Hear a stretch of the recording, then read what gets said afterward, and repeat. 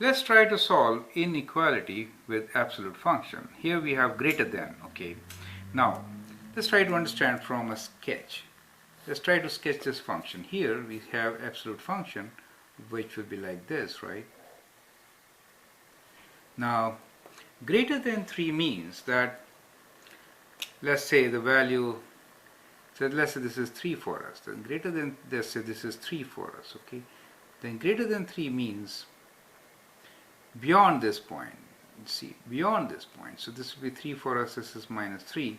So greater than 3 really means that the solution we are looking for is not including 3 but beyond this, right? So that is the solution for absolute x greater than 3. Correct? From the definition point of view, we can solve like this.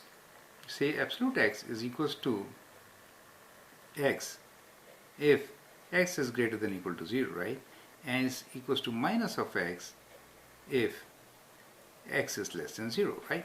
So in that case, we try to solve the inequality for these two pieces separately.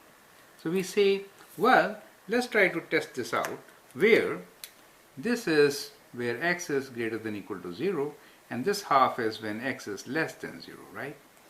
If x is less than 0, then actually absolute x is x minus x, right? If x is less than 0, then absolute x is minus x. So we replace this by minus x. We say minus x is greater than 3, right? So minus x is greater than 3, then you multiply by minus to get what is x. When we multiply by minus, the sign also changes. Don't forget that. So minus times will give me x and the sign changes and it gives minus 3.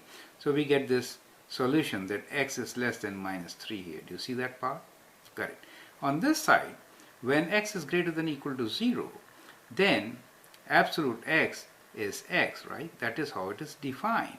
So we replace our equation and we replace absolute x by x and we write x is greater than 0. Well, that's the solution. X is greater than 0.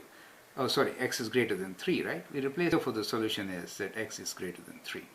Now let's try to do the next problem in a similar way.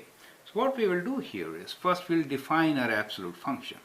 So we say absolute value of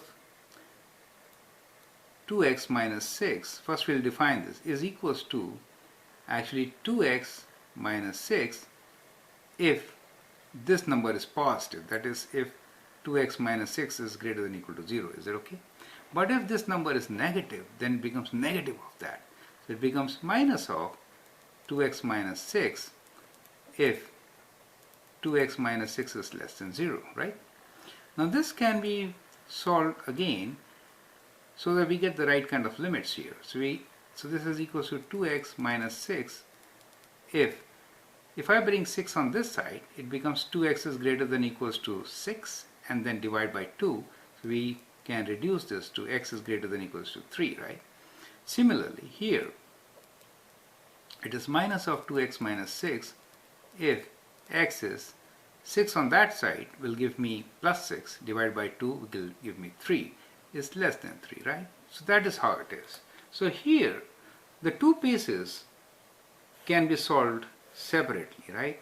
So we will solve for x greater than or equal to 3 and for x less than 3, right?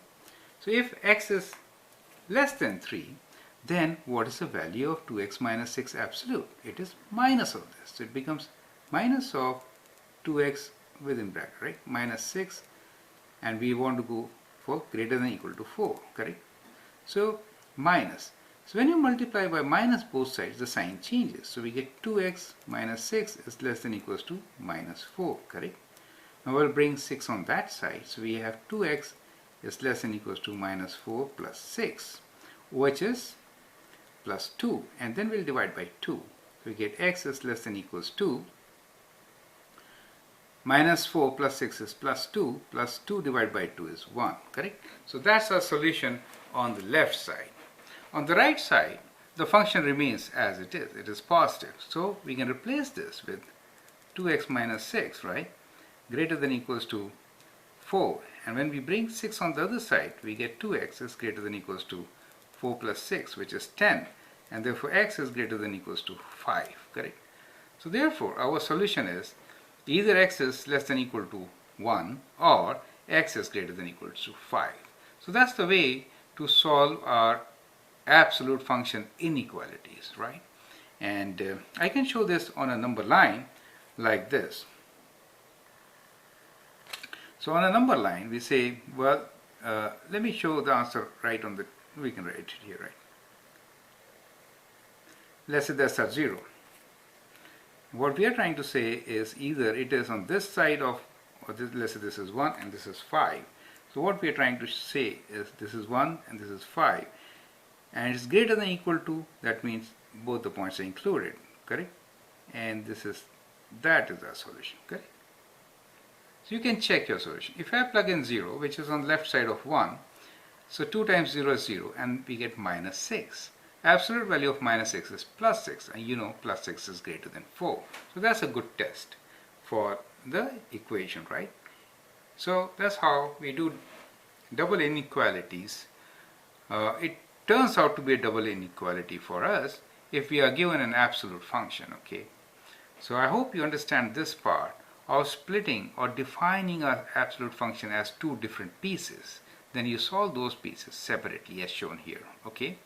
I hope you understand. If you don't, then write down your comments and we can elaborate it further, give you some more examples. Thank you.